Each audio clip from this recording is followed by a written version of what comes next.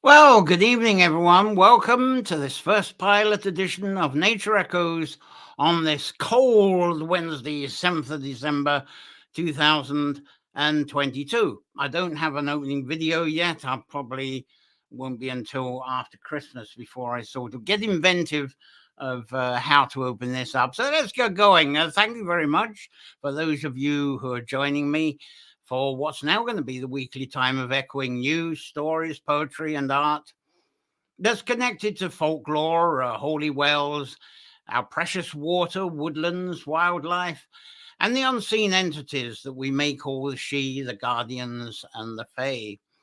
All that guide us, all these things that unseen that guide us through our kaleidoscope of living. So it's as usual, it's hail, howl, whole, and holy good health for you all. Now, through this edition that we're sharing, get my buttons in a row here.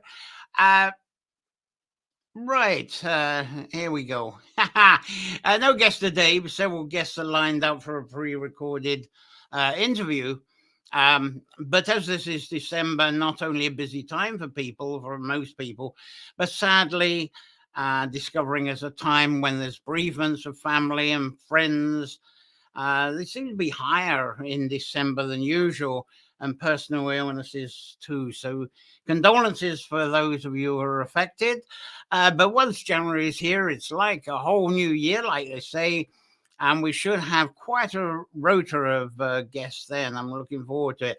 But anyway, through this December, plenty to share with you. There's going to be news and features that I trust you will find interesting.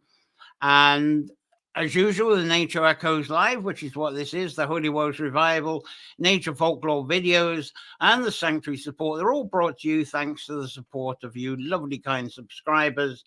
And through that Patreon link there, which now you'll be getting access to a growing video library that I'm trying to work on. This way you can watch lovely short videos of stuff that I've covered in Nature Folklore and Holy Welsh Revival, and you won't get all those adverts that are now being thrown at us on YouTube. And you just help out with $1, euro, a pound a month. It goes a long way towards keeping the show afloat, producing more videos to add to that library, which, once you remember, you can view at any time. So let's see what early birds are with us here. There's Cliff Carr reminding us that it's definitely a good full moon. We're a bit clouded over here, which is quite often the case here. Once it's the full moon, the night before, clear, full moon night, not so clear. Then tomorrow night, we'll probably get it very clear. So it's not all that clear, but I'm sure it'll be in and out. And it is appropriately the cold uh, new moon. Also, the oak full moon. I said new moon, didn't I? Yeah, definitely the cold full moon. But the oak one, because they said this was the time when the druids would be up the oak trees and harvesting the mistletoe as well. But these days, it seems mistletoe is mainly on the apple trees. That's where people doing. We got Danielle here. Here we go, Danielle Garcia. Greetings from Reno, Nevada. Thank you very much, Danielle, for joining us as well. Wonderful.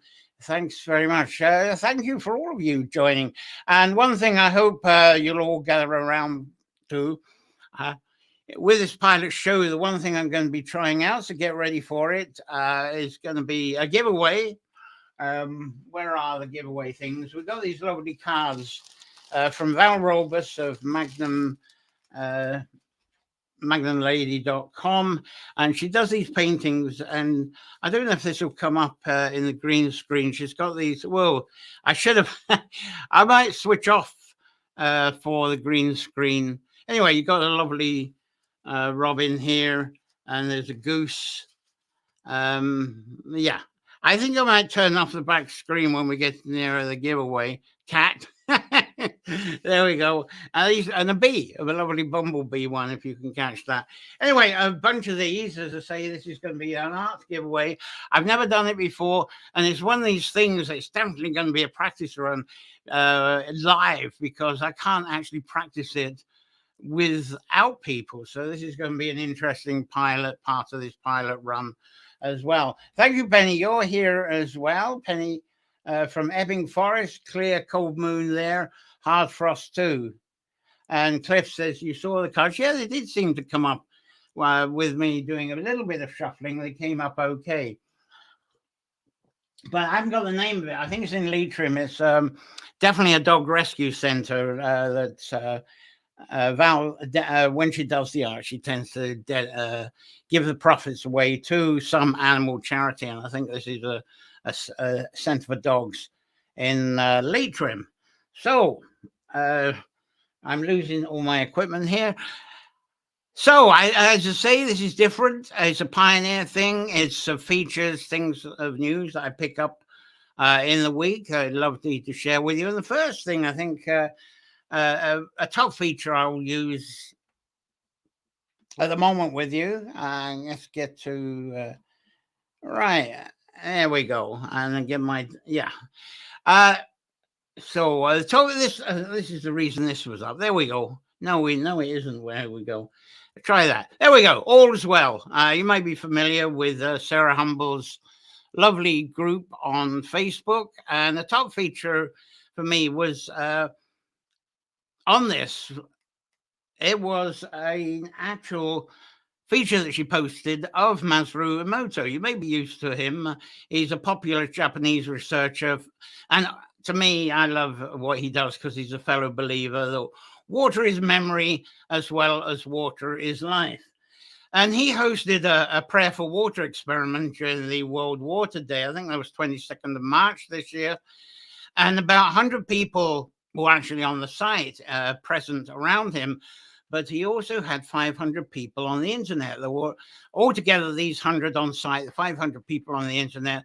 They were all doing a prayer at the same time for a glass bowl of water that he had extracted from a spring well. Now, according to Emoto, the prepared local spring water, as I say, it was placed in a large glass bowl. Sorry, I haven't got a picture of the glass bowl. Sorry if I'm going head from side to side. I'm sort of being attacked by a cat at the moment. Maybe you'll get to see the cat as well. We'll see. I hope we don't get, because that means equipment flying everywhere. Anyway, going back to Emoto with his prepared spring water in the large glass bowl, with the local participants and the participants on the internet, they were all praying together at the same time, looking at this glass bowl of water. Interesting thing, really, of course, with internet people, because they're looking at this glass bowl of water through an internet screen. I'll talk about that in a moment. Anyway, researchers investigated how the water changed on that day of event. Now, apparently, these are some of the words and phrases that were used in unison. And it's done as a chant by the people around the bowl of water and the people that were looking at the bowl of water online. And this is the English version. There's a Japanese version, apparently, that was also spoken at the same time. So the audio, when it was live, would have been very interesting. Anyway, I'll go through what the chant was. It was we pray for healing. I'll start that again. We'll pray for healing blessings from the rain. We'll pray for healing blessings from the waterfalls. We'll pray for healing blessings from the rivers. And we pray for healing blessings from the Mother Ocean. We pray that their blessings heal our mind and body. We pray that all our waters so pure and stay pure and sacred. And we pray that their blessings heal our Mother Earth through our pure intention of love and gratitude to our waters. We pray that the water shows us the right mindful path to live in peace and harmony. And then after that, everybody chanted, water, I'm sorry.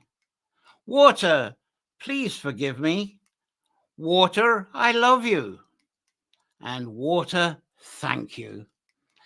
And then everybody was given a moment to offer their own individual prayers of their love and gratitude for the water. And that was the ceremony with this bowl of water that was taken from the spring. Now, to me, there's a couple of oddballs and curveballs with this already. The initial reading of this and me telling about this, it may give you the impression that this bowl of water was multilinguistic and that the water actually understood English and Japanese. Now, the other mystery is the mystery effect of, as I say, these people, 100 people or so, watching and speaking to the water through their internet screens. And that reminds me of the social media keyboard warriors who believe that they can change the world if only they could type fast enough and gather the maximum likes, get the entire world. However, Masaru Emoto observed, and somehow he calibrated and measured how the crystal structures of the bowl of water changed before and after all these people recited these prayers. And the present during this was a research company, a water research company was present with all these people. They were called, this, if I can pronounce it, the Sawamoto Shoji, and they were from a place called Kanazawa in Japan. And they actually shared their results through charts and also some water crystal photos. And I think I've got one or two of them here. Let's see if we've got, here's one here. This is the before picture right there. The water crystals, when they broke it down, look quite muddled. And that was, as I say, that was before they took those photos well before the water festival event actually started. And then this is the photos of what happened after all that praying. And that's what we got. Look at a fantastic formation. Just as a comparison again, if I can get it. There you go. That was the before picture. And that's the after picture. Beautiful transformation. And of course, that was shared with the research company during the after the prayers. The research company took the water away. Apparently, they did 17 different tests. And the most notable, and this is one I can recognize, it's called the chemical oxygen demand result. And this is used as an indicator to measure pollution that's caused by organic matter that might be present in the water. And I used to conduct this test when I was doing R&D many years ago. Now, the lower the COD value, the less pollution and the cleaner the water. Now, in this before and after prayer, let's see if I can get the pictures up again as a bit of a reminder. That's the after, the before, and after. The chemical oxygen demand from the test, it changed. That's at 15, and it went down to 7, which is quite remarkable.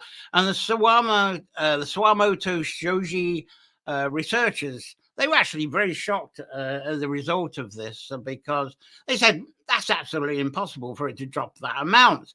That's quite a numerical change during that test in such a short period of time, just the time they took to say the prayers. Now, the chemical oxygen demand test, it's actually a common test. It's applied to water tests, ponds, rivers, lochs, and so forth. And generally, if the numerical value of the test is 10 or higher, then it's a very difficult water for fish to live in. And the water that was preyed on, so the stuff that they were using beforehand, fish wouldn't have had a hope. So the water that was preyed on instantly changed into water that fish, well, at least carp anyway, could live in. And carp could live very comfortably in that change of water. Now, the other research tests, the other 16, they were a bit too technical and monotonous to explain on this show. But overall, the conclusion was that the presence of these collective prayers had improved the quality of water. Now, one skepticism that still exists for me is that a couple of the tests indicated that there was a huge reduction in the water's ability to chelate with minerals.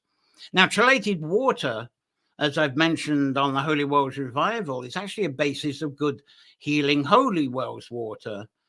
But of course, as I've mentioned, good chelated water is not ideal water for fish to swim about in. And also, the process of chelating it not only can take in the good minerals from the good stone that the underground water can go through, it can actually lock in pollutants, such as, some of the wells, there's lead warnings. But with most of these wells, you'll find that it's more of a nutritional benefit. So I think the one thing that shows is when we do use a holy well, we have to observe the local tradition and local stories. We have to know our holy wells and spring wells to understand the benefits of the water because of this chelating process. So then this brings up another question of the folklore, because a lot of these holy wells have folklore of serpents, worms, snakes, and fish in the wells and the water pools too. And some of the holy wells, when you visit them today, you can see a little eel wriggle about in them, and sometimes you'll get a little minnow or a small fish in it as well, and that's regarded good luck. But that obviously means the water's not that chelated. Now, what the results of these tests could show benefit towards, in my opinion, is when they're actually used in the flow of water. They do it here by the River Rin here. They do that test here, the COD. So they test the flow of waters, make sure there's not too much effluent coming down from the farms. So it's good for the test of water in rivers, streams, and active pools and locks. Now, I've on various broadcasts I talk about riparian buffers, this sort of thing. I love these. This is a favorite thing of mine, where you actually have trees and plants that's between the fields and the river, and that helps to keep the biodiversity of the river in good shape, because the trees and the plants, they absorb, and the wildlife as well, the crows, birds, they'll absorb all the pollutants that are coming off of the fields and off of the roads, and it defends the river and it keeps very good water. So, and you got natural woodland there, and there's land biodiversity. So that's what these buffers help to do. Now, what if people walking and relaxing? Let's go back and show that one. There's the buffer there. What if there's usually paths in these buffers? So what if people are walking along and they're getting refreshed, they're relaxing, they might stop on the various seats and observe the water and contemplate as people do. What if they collectively said prayers like these that were done for the bowl of water? Now, to do that, I think there's a bit of a touch of the Hail Marys and Our Fathers when we do that. If we actually chant like what these people did that were present in that chant that I went through. But the common presence, to me, yeah, I joked about can the water is the water understand various languages? Is it can they understand English and Japanese at the same time? But I think the common presence is not the words that are said, but how we feel and express when we say them. Now, if we say the same words of our language, supposing we did that chant and we did it in an angry way, then our presence would be very different to if we chanted that in a calm way. And I think we know that when we talk to dogs and cats. If we talk to our pets, dogs and cats in an angry way, they jump to attention. But if we sort of do it in a gentle way, they will come up lovingly and so forth. And I think that's what it is. It isn't the words, it's the presence. By doing the words, it's actually affecting us. We understand the words, and that's what alters our mood. And if our mood is changed, then I think that's going to affect the landscape that's around us. And that's how I feel this works. So it's never the words that's communicating with the water, especially in this experiment, but how the words change, how we feel, and how we share ourselves in a space. But even so, this does leave me with that mystery of how does this work with the people that were doing these chants through this screen? I mean, I'm still puzzled on that one. And I think that's another subject to deal with another time, I think. But another alternative to words is music. And of course, we're calling that sound therapy these days when we do things like this. And this is Carmel Divine, beside some water there, with one of her singing bowls. That's actually certainly a goblet chalice, isn't it? She's getting sound from a chalice by the water. So, doing this, we're having an effect on the space and the environment. And that's said to cause similar magic to if we chant the words. this all fascinates me because through the prayers and sound beads, though they're modern New Agey practice, it's similar to what I've heard and what I tell from past nature folklore. So to me, this is a lovely example. This chanting over the water is a lovely example, or music with the water, a lovely example of bringing the she-based nature folklore right forward into our modern practice. And so thank you, Sarah Humble, for posting that on her All Is Well. And I think let's go back to your comments on that before I get to the next feature.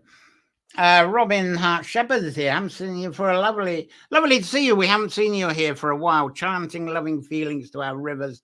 Fabulous idea. And you, yes, you would love that. And that's something Robin practices or encourages others. That's lovely. And Cliff, of course, it's the weather we got at the moment. If I can get Cliff's comments up, there it is. Now it's gone. They look like frozen flakes. That was my impression. You know, I must admit, I love what Moto comes up with, but when I see the photographs, I kind of wonder, does he need to do this? I suppose it's because of the belief, but that's what gets photographed anyway. And Daniel is beautiful there. Oh, here we go. Another comment there. Experiment is incredible, amazing. Thanks for sharing. Yeah, it's totally fascinating because any excuse to talk about our preservation and appreciation of water, because that's where life is to me. That's where the she is. That's where I deal with the wells a lot. To me, it all starts. And if we can have respect and do something for our water, then I feel it's amazing how much else will fall into place. Our care of everything will fall into place. That's just a personal belief of it. Meanwhile, as we were talking about this, though we're having the ice and maybe some snow from some people, here's Jane here, greetings from Jamestown, and it's raining there. There we go. It's raining there. So let's get on to another feature. As I say, I'm trying to make this into 30-minute shows, but not doing very well. Now, the other story I'd like to talk about, because my two leading resources, I've got various resources of which I'll bring the latest news to you through an interpretation. We'll have the guest people, and we'll have poets, and we'll have storytellers. But two of the leading resources, I've taken one from the All Is Well group, that's moderated by Sarah Humble. And then there's the wonderful Ancient and Holy Wells of Ireland that's moderated by Gary Brannigan. Absolutely amazing person all around for lots of different reasons. Now, one recent story that grabbed my attention on that group was the posting. It was a posting by Kildare Community Stories. And Gary had grabbed hold of this news from them, and he put it on the Ancient Wells of Highland for very good reason.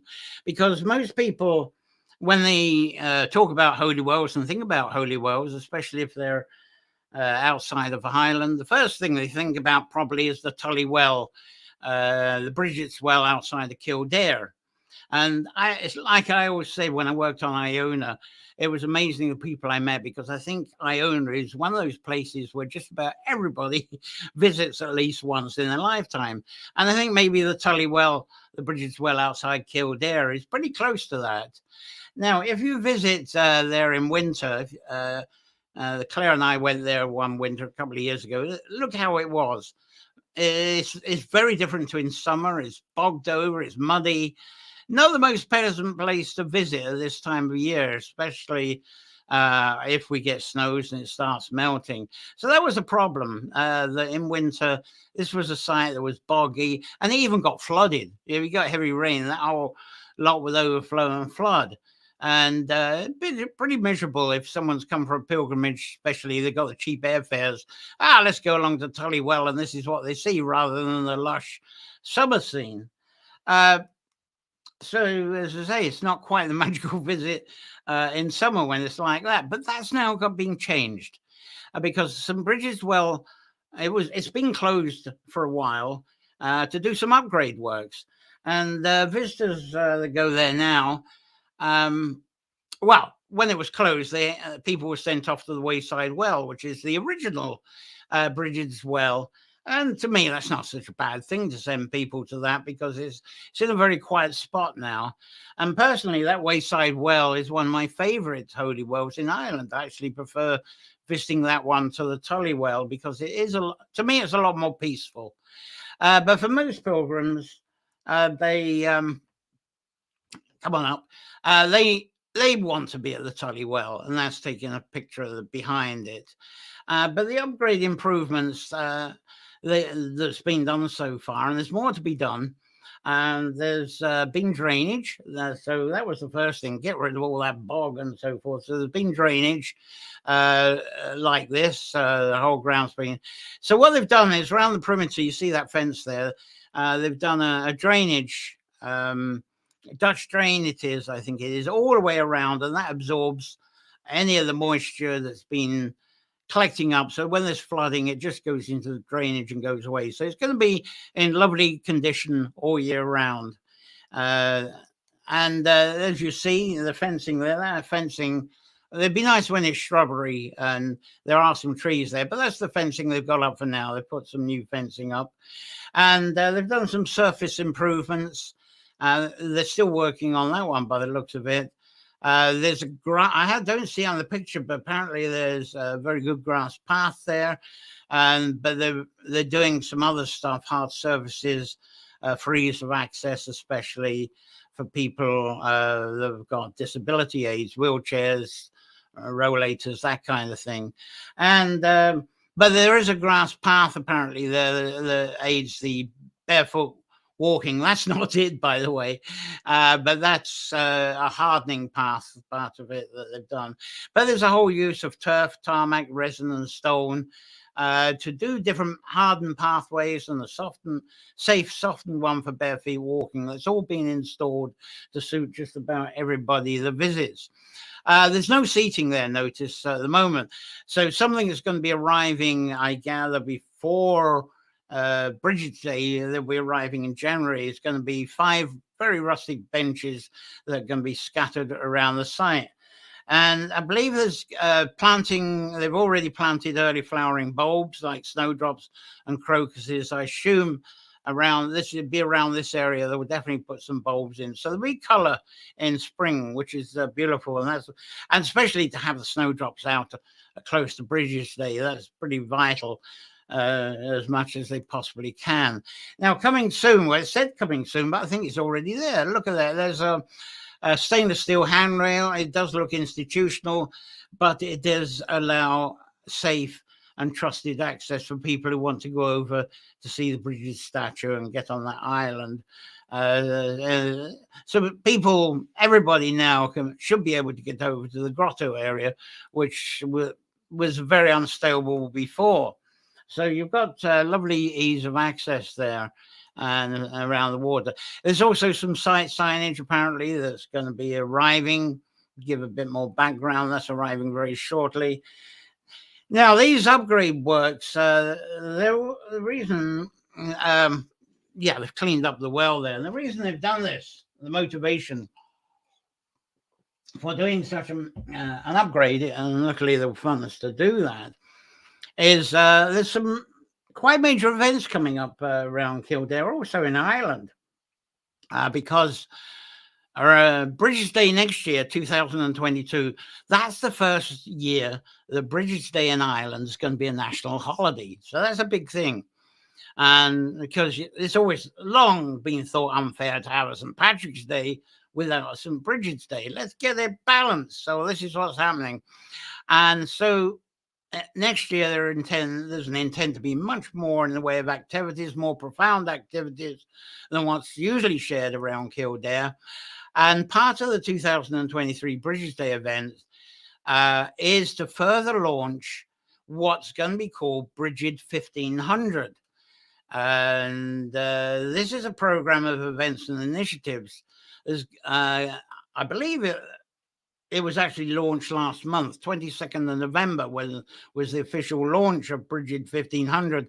But in 2023, they're really going to promote it on Bridget's Day.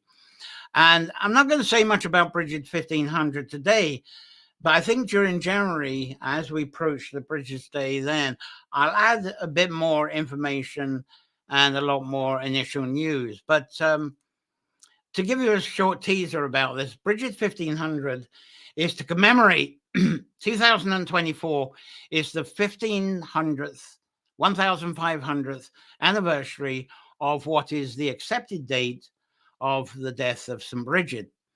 And so this main festival, if I got some people holding a banner here, is going to be around Bridges Day of 2024 to celebrate the life, legacy, folklore, and mythologies of St. Bridget.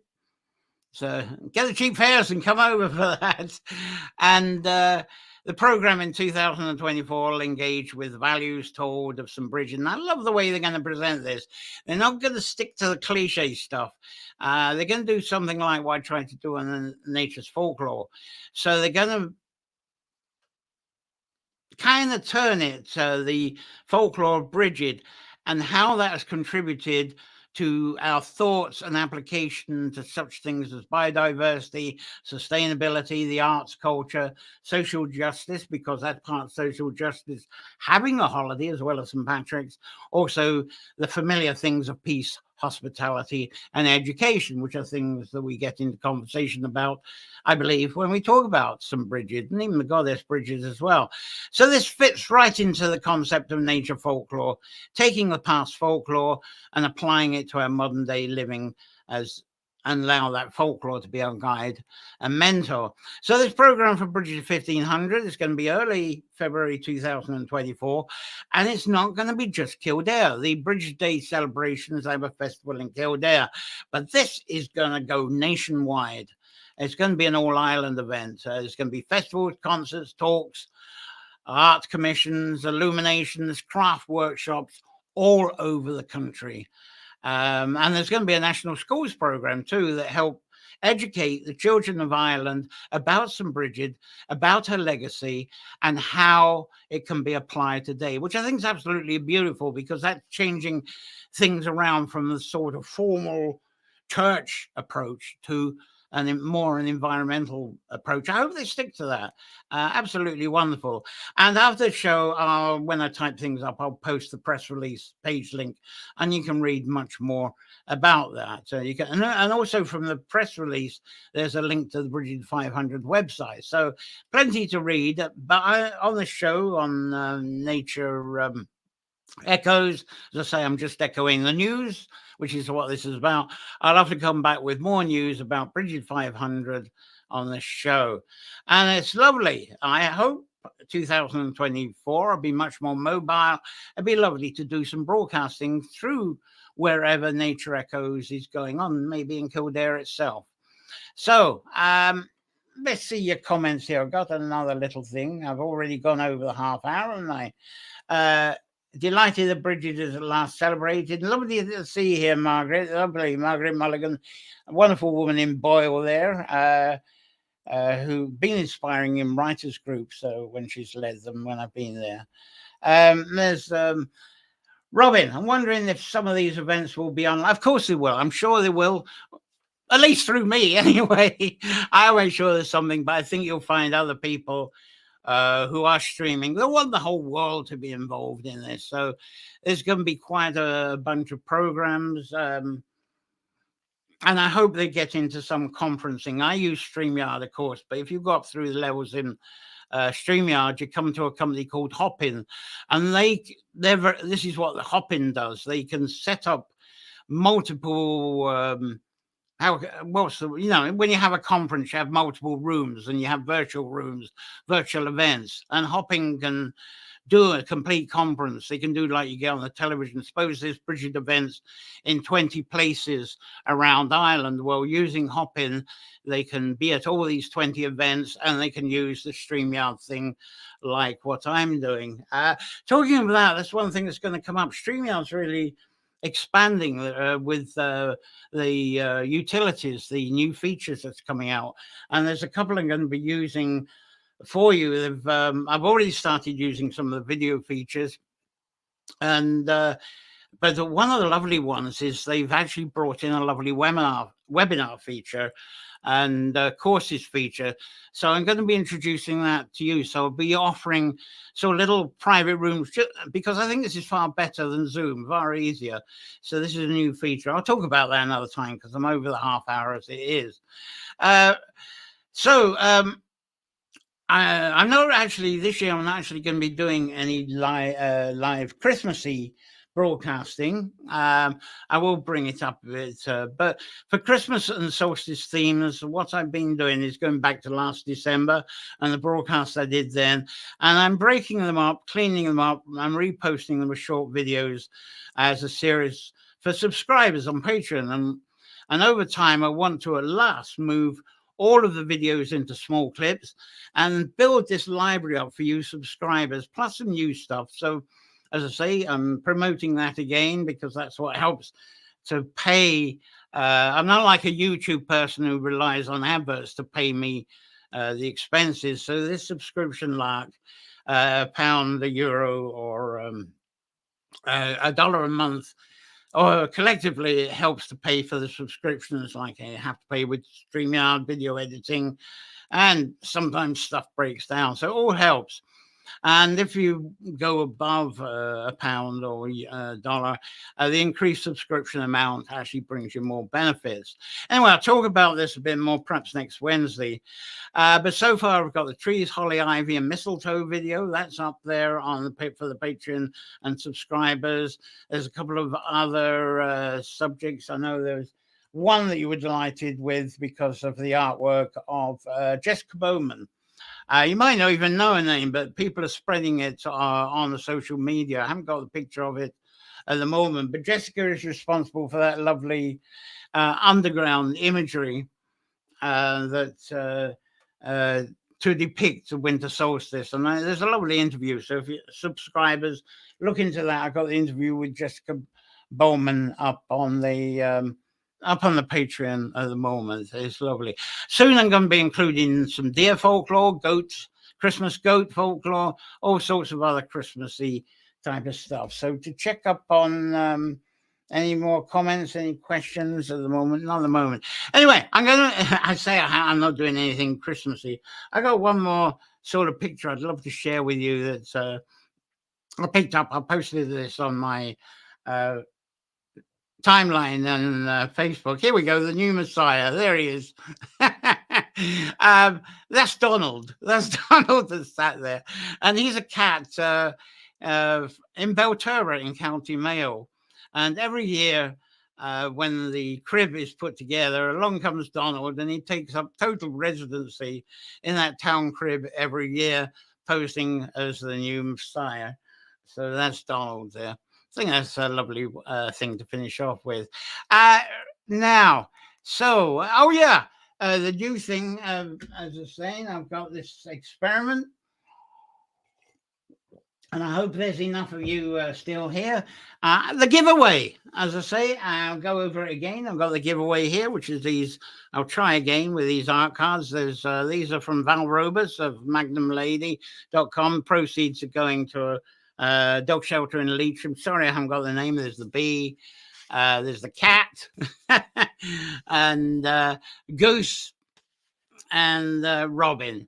So the way to do this, as I say, I'm totally green on this. I'm going to bring it up on the screen and see if I can operate it. There you go. See that there? To enter into this draw, type can't even remember what it's called. So in the USA, they call it the pound sign. It's not the asterisk. There's a reverse of asterisk. I can forget. Just type that. That's symbol and art. Put that in. Please enter. Type that in for the draw. And if I can get some of you to, you'll win these art cards. I'm going to be doing a piece of art every year. This is an experiment for this. And so type that in. Press enter. And that's how that works for the giveaway tool. There's no interest so far. Do put it up on the screen if you're having a problem with that, putting that in. Even if you don't want the cards, please let me see how this works, because it's a new feature. I haven't been able to. Claire, can you put in? Can you apply? There is hashtag art. That's it. It's hashtag. So you just put in the hashtag art, and you. In the comments, just put it in the comments. There's no one putting hashtag art in the. This is how this works. That's all you have to put in at any time. And you can't do multiple entries, as I say, hashtag art, in order to win a lovely set of Christmas cards. There we go. Margaret's in there and it's showing up on the screen. Very good. Any more people for this? Be brave. Don't be scared. Hashtag art, just like what Margaret has done there to enter in. Penny's in there. Great. And keeping it rolling. No, yeah, just hashtag art. You just find the hashtag key there, or the pound key as it is in the US. I'll give you a few moments on this to get this, and we'll see how this rolls. There we go. Yes, you've got it, Robin. There you go. Fantastic. Yeah, it's that simple. I think after a few weeks, we'll find people will be doing this right at the start, because you can put this in hashtag art right from the beginning of the show. And once you become familiar with, and we'll be going as this gets bigger. Obviously, the art prizes will get bigger as well. So I'll give you a few seconds to work that out. If there's any other questions, I can answer those while you're doing that before we actually roll this. As I say, this is a brand new thing. Hashtag art to win the art collection here, the Val Robus. And any other volunteers for doing this before I roll this as we're going? As I say, we got, these are so live. I've got the green screen in the way. So there we go. Hashtag art. Anyone? Lovely presentation. Let's roll it. Shall we roll it before everybody goes away? Let's see how we go. Anyone else? Hashtag art coming, and then I'll run it. Okay, not many entries. Let's see who's going to get this one. Right, there you go. It's going over again. And who's going to get it? And Margaret, well done. The first one put it down. You're the winner. I'll get hold of you and see how you. That's fantastic. So that's how that works. Yeah, it worked. That's why, as I say, I can't actually. I couldn't actually test that without being live with people. So I'm glad to see that actually works. Very good. So, as I say, the only thing is to let you know what's coming up. As I say, I'll run that giveaway each week. And during future editions, the art in anytime, put hashtag art right from the start. You can put that in. As I say, you can't do it multiple times. If you do it, just come up once. There's no magic time to enter. Some people say, "Oh, which is the point of the show where I'm most likely to win?" As far as I know, it does totally random. It's like picking names from a hat or a chart. Nature Echoes and Holy Worlds Revival, Nature Folklore Video Sanctuary Support, as I say, brought to you by that patron, and that helps to pay for these art prizes too. So if you can help out, thanks very much. Coming up next Wednesday, I'm not sure what we got coming up. I think there might be one guest coming up talking about an oak tree. Anyway, we'll pick up, as I say, this is echoing feature news as it comes up. Brilliant idea, says Cliff Carr. Congratulations, Margaret. Yes, very much congratulations. And she was first to be brave enough to put that in, but I think in future you'll all get the hang of it. I've enjoyed being with you this evening, sharing nature folklore. Absolutely fabulous. And if you're watching this as a replay, as an archive, please keep your comments going. Of course, you can't be in the draw then, but you'll be in the draw if you come on live next week.